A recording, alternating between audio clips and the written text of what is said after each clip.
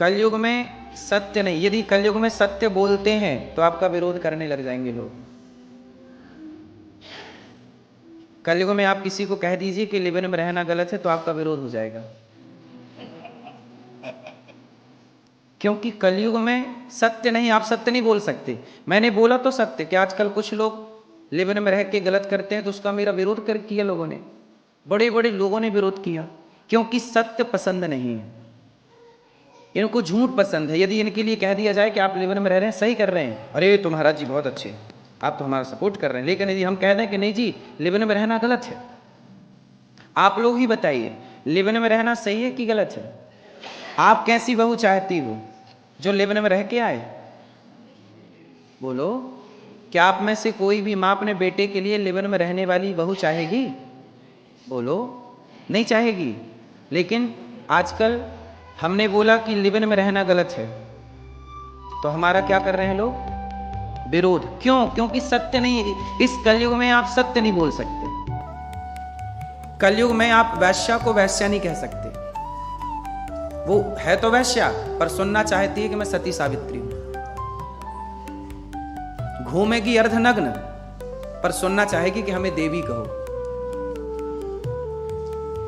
देवी वाली हरकत हो आपकी तो आपको देवी भी कहा जाए। हमारे यहां तो नारी को देवी ही कहा गया, पर किस नारी को?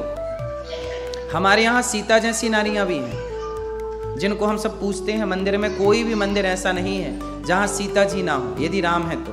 ऐसा कोई भी मंदिर नहीं है जहां राधा ना हो, यदि कृष्ण है तो। कोई भी, शंकर जी हैं तो पार्वती ना हो, ऐसा हो नहीं सकता। नारायण है तो लक्ष्मी ना हो, ऐसा हो नहीं सकता। हमारे यहाँ नारी की पूजा होती है, पर किस नारी की? जो सती है, पवित्र है, आचरण से, सदाचार से, व्यवहार से पवित्र है, उस नारी की क्या होती है? पूजा। लेकिन जो नारी सूपनखा जैसी है, क्या उस नारी की भी पूजा होगी? क्या एक तराजू में आप पतिव्रता नारियों को रखो और दूसरी तराजू में आप लिव इन में रहने वालियों को रखो, तो क्या दोनों का पलड़ा भारी होगा? उत्तर बोलो। पर समाज तो यही कहता है कि भाई ये भी नारी है, ये भी नारी है। आजकल तो समानता का भाव है ना, कि सब बराबर हैं। सब बराबर हैं तो सती, पतिव्रता और वैश्या एक कैसे हो सकती है? बोलो हाँ या ना। लेकिन आज आप सत्य नहीं बोल सकते। यदि आप सत्य बोलेंगे तो लोग आपका क्या करेंगे? क्यों करेंगे? क्योंकि सत्य सुनना अच्छा नहीं है। लोग झूठ सुनना चाहते हैं, हाँ या ना। यदि आज यहां, इसलिए तो भागवत जी में लिखा सत्यम नास्ति तपः शौचम दया दानम न विद्यते। सत्यम नास्ति, कलयुग में क्या नहीं है? कितने पांव टूट गए धर्म के? सत्य टूट गया, सत्य नहीं। तपः, कलयुग में क्या नहीं है? तप। कोई तपस्वी नहीं है, तप नहीं कर पा रहा है। सत्यम नास्ति तपः शौचम। शौचम मतलब, शौचम मतलब, शौचम मतलब शुद्धि। क्या? शुद्धि। शौचम मतलब क्या मेरी माँ? मैया, ओ पीछे वाली मैया, सरकार मोबाइल चला रहे हो, सुन लीजिए प्रेम से, सुनिए। क्या नहीं है? शुद्धि। जैसी राखो शुद्धि वैसी बने बुद्धि। बुद्धि का शुद्धि से संबंध है या नहीं? बुद्धि का किससे संबंध है? जैसी होगी शुद्धि वैसी रहेगी। इसलिए शौचम। देखो ये बात हम नहीं कह रहे हैं। आजकल क्या है ना, सत्य नहीं कह सकते, लेकिन हम लोग सत्य, हमारा इतना विरोध करते हैं लोग, फिर भी हम सत्य कहना नहीं छोड़ते। आप लोग बताइए, छोड़ दें? फिर हम भी कहने लग जाए कि ठीक है रहो लिव इन में। बोलो। और सोचिए, बड़े बड़े हाई प्रोफाइल लोग लिव इन का सपोर्ट करते हैं, कुछ पत्रकार भी लिव इन का सपोर्ट करते हैं। अब सोचिए क्या होगा। गलत चीज का आप सपोर्ट कर रहे हैं और वो भी खुलेआम। एक बार मुझे डिबेट में बुलाया टीवी वाले भैया ने, पत्रकार भैया ने, तो वहां एक महिला मेरे से भिड़ गई। बोली मैं शराब पीती हूं पर मैं शराबी नहीं हूं। वो बोली मेरे से कि मैं शराब पीती हूं पर मैं शराबी नहीं हूं। वो मेरे से उलझ गई। तो मैंने उनसे कहा, न्यूज वाले, मेरे को कहां शराबियों के संग आपने बिठा दिया? न्यूज वाले तो टीवियों पे ले जाके भिड़ा देते हैं ना शराबियों से, आप लड़ो। वो बोली कि मैं शराब पीती हूं पर आप मुझे शराबी मत कहिए। इसका अर्थ क्या हुआ कि आज का आदमी खुलेआम, सोच महिला हो के वो शराब पी रही हो, सबको बता रही है, और आप ये नहीं कह सकते कि तुम गलत हो। तो फिर उससे पूछा जाए कि भाई गलत कौन है? फिर मीडिया वालों को पूछना चाहिए था कौन गलत है। तो लोग सवाल हमसे करेंगे पर गलत लोगों से सवाल, आजकल सवाल भी उनसे पूछा जाता है जो सही है, जो गलत है उनसे कोई सवाल नहीं। अच्छा एक बात बताइए,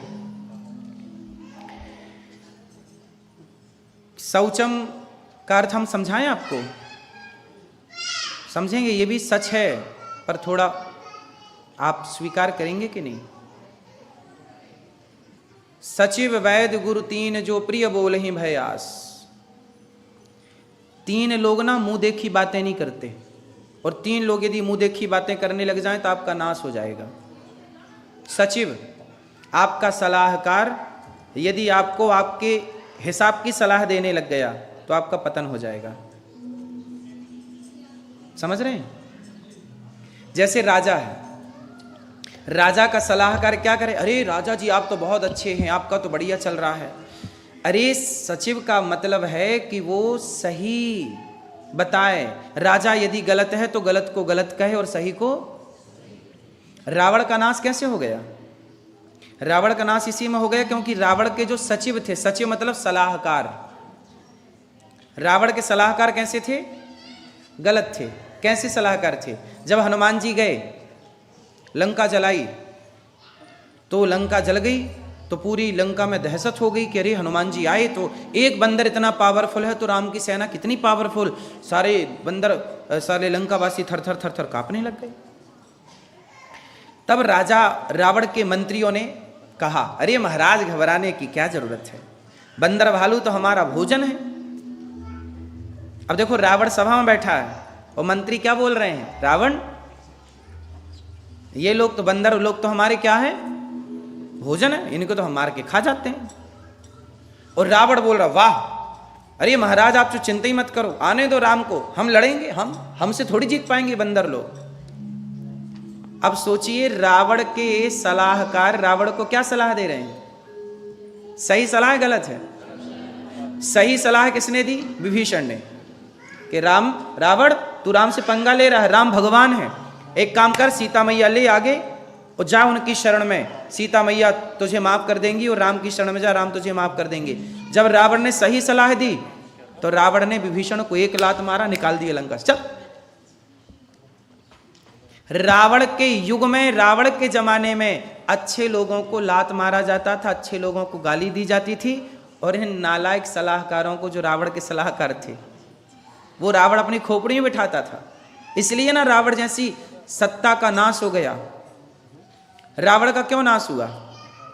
क्योंकि रावण के सलाहकार गलत थे। बोलो हाँ। इसलिए सलाहकार सही होना चाहिए, गलत को गलत कहने वाला हो और सही को। रावण के सलाहकारों को यह बोलना चाहिए था कि महाराज आपकी इतनी सुंदर रानी है ये मंदोदरी, और आप इतने अच्छे राजा हैं, आपको पराई औरत चुराना शोभा नहीं देता। सही सलाह तो ये थी, लेकिन सही सलाह विभीषण ने दी तो लात मार के निकाल दिया। मतलब रावण को सच सुनने की आदत, रावण को क्या सुनना है? झूठ। रावण को ये सुनना है कि आप बस हमारी प्रशंसा करते रहिए। तो सचिव यदि आपकी मुंह देखी बड़ाई करेगा तो आपका नाश हो जाएगा। सचिव वैद्य, वैद्य मतलब डॉक्टर, वैद्य, वैद्य क्या आपके मुंह देखी बात करता है? आप कहो साहब कड़वी दवाई मत देना, थोड़ी मीठी दे दो, नहीं, तुम्हारे हिसाब की दवाई ना देगा। यदि डॉक्टर को आपने अपने हिसाब से चलाया तो आप मर जाएंगे। इसलिए आपको डॉक्टर के हिसाब से चलना पड़ेगा। डॉक्टर हमारे हिसाब से नहीं चलता। डॉक्टर साहब यहाँ दर्द है पर एक काम करो, आप यहाँ मत चीरा लगाना, फाड़ा लगाना, आप यहाँ पेट में फाड़ दो, थोड़ा चीरा यहाँ लगा दो। ऐसे थोड़ी होता भाई। डॉक्टर जो कहेगा वो आपको मानना है। यदि आपने डॉक्टर को अपने, अच्छा डॉक्टर भी मिल जाए, चल अच्छा भैया चल बता, तू ही बता कहाँ फाड़ा लगाऊं, चीरा लगाऊं, तो अरे तो एक काम करो जरा से यहाँ लगा दो, दर्द यहाँ है, लगा यहाँ रहा, और डॉक्टर ने कर भी दिया, तो इससे मरीज भला होगा। इसलिए सचिव की ईमानदारी है तो राजा शासन करता है। डॉक्टर यदि ठीक है पर आपने डॉक्टर के हिसाब से चले तो आप ठीक हो जाओगे।